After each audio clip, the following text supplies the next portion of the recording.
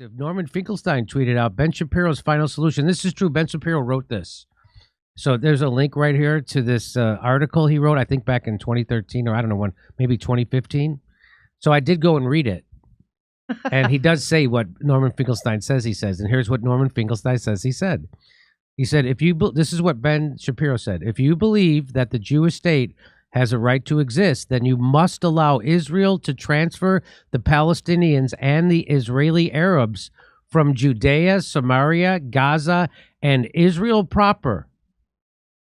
It's an ugly solution, but it's the only solution. Oh, he said that in 2003. He then went on to say, if Israelis don't openly avow this goal, it's because they are afraid that if they expel the Arabs, they will be called Nazis. Turns out a legit fear. Turns out it seems that Israelis are no longer afraid, and they're no longer afraid of that.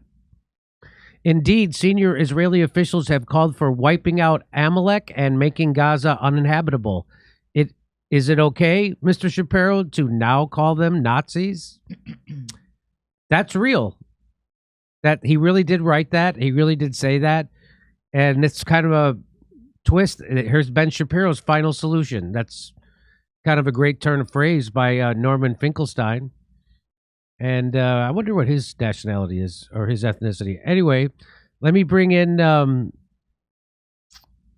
Rustin Keaton from Due Dissonance. What do you make of it? Go ahead. It's amazing to see them using words like transfer, because that's a very charged word in Jewish history, because that was the word that the Nazis would use. Oh, really? When they would uproot Jews from the ghettos and move them to the concentration camps, they were being transferred. So that's pretty amazing that he would use that word to describe what he's talking about, and he acknowledges they're afraid they'll be called Nazis. Well, okay, well, you got that one right. Maybe they be called Nazis because they're doing what the Nazis did. I mean, if the kippah fits, well then, if you're going to do exactly what the Nazis did, boy, I went back to you're going to get called Nazis. I went back to the buffet 18 times and I got called Chris Christie. How could that happen? I was always afraid of that, and son of a bitch, it started happening. I was talking to someone last night. I won't say who. They were Jewish, as was am it, I. Was it Bill Maher? Was it Bill Maher? No, it was not Bill Maher, and it wasn't Kit Cabello, although I did talk to Kit last night. It wasn't him.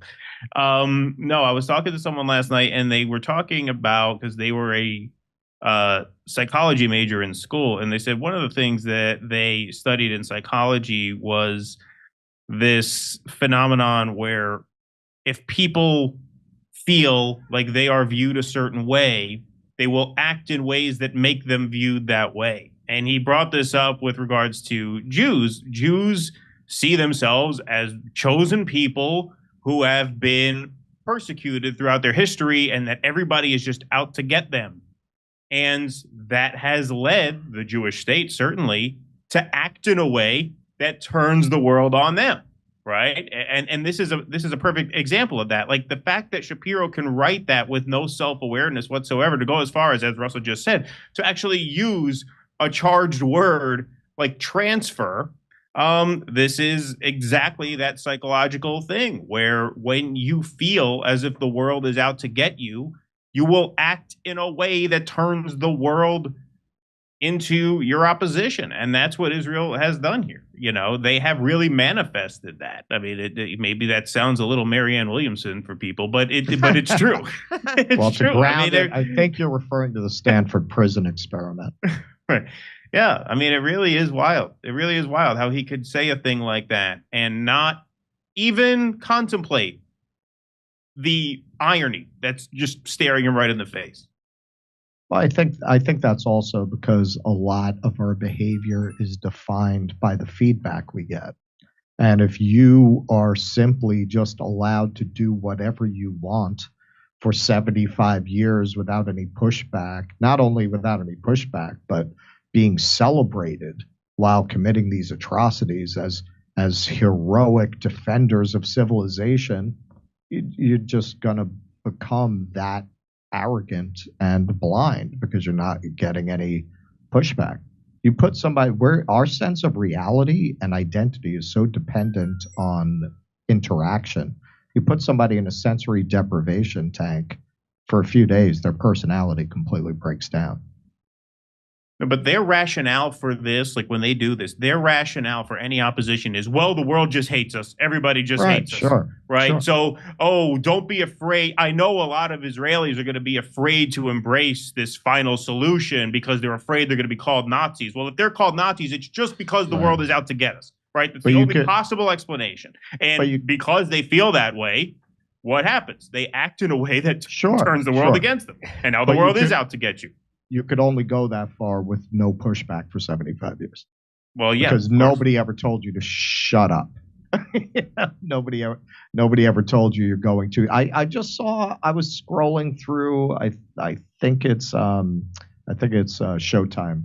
Like they just dropped this. I was making jokes on our show about when I was growing up. They had a woman called Golda. Oh. They did a whole mini series about Golda Meir. This is on, I think, Showtime now. It's just called Golda. It's a different movie now with Helen Moran playing Golda Meir. I wonder why they dropped that just now. Oh, I didn't know they did that. Oh, that's funny. Yeah, I remember that. Wow, I'm old enough to remember that. Oh, you remember that? Yes, yeah. I didn't know what any of it meant. I just like when I would see the commercials for Evita. I didn't know. I didn't. Don't and cry. That was around the same time. Don't cry for me, Argentina. I didn't know what that was. I just knew that was a musical. Seemed like it was in Chicago for 4 years. They just constant commercials for that musical. Anyway, and then I went and saw Tony Quinn as what's the? I'll think of it. Hang on, was on Broadway? No, he toured with a musical. What was it called? It was. Oh, you talking about Zorba the Greek? Zorba the Greek. That was it. And Anthony Quinn as Zorba. Right. I actually went to that. I don't know how that happened that I got tickets. How the hell? First I've ever heard of this. How the hell did I end up? Did I go to see that or did I dream myself? You never heard of Zorba the Greek? That was a big show back then. I remember. Go ahead. Yeah, no, in New York too, they were playing the constant Evita commercials all the time. And wasn't Yul Brynner doing like The King and I back then? Oh yeah, too? I saw The King and I. Yeah. So now Zorba the Greek. What years was that? Because I think I went to see it. Here's why. Because my college roommate was dating a Greek, a woman, Greek girl, and her.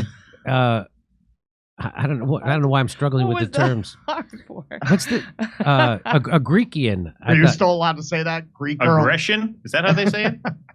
Grecian Formula 41. Yeah. But anyway, that's what happened. They got tickets because in my neighborhood anyway, Greeks owned a lot of the restaurants, like a lot of the diners and things. The Greeks and then Armenians.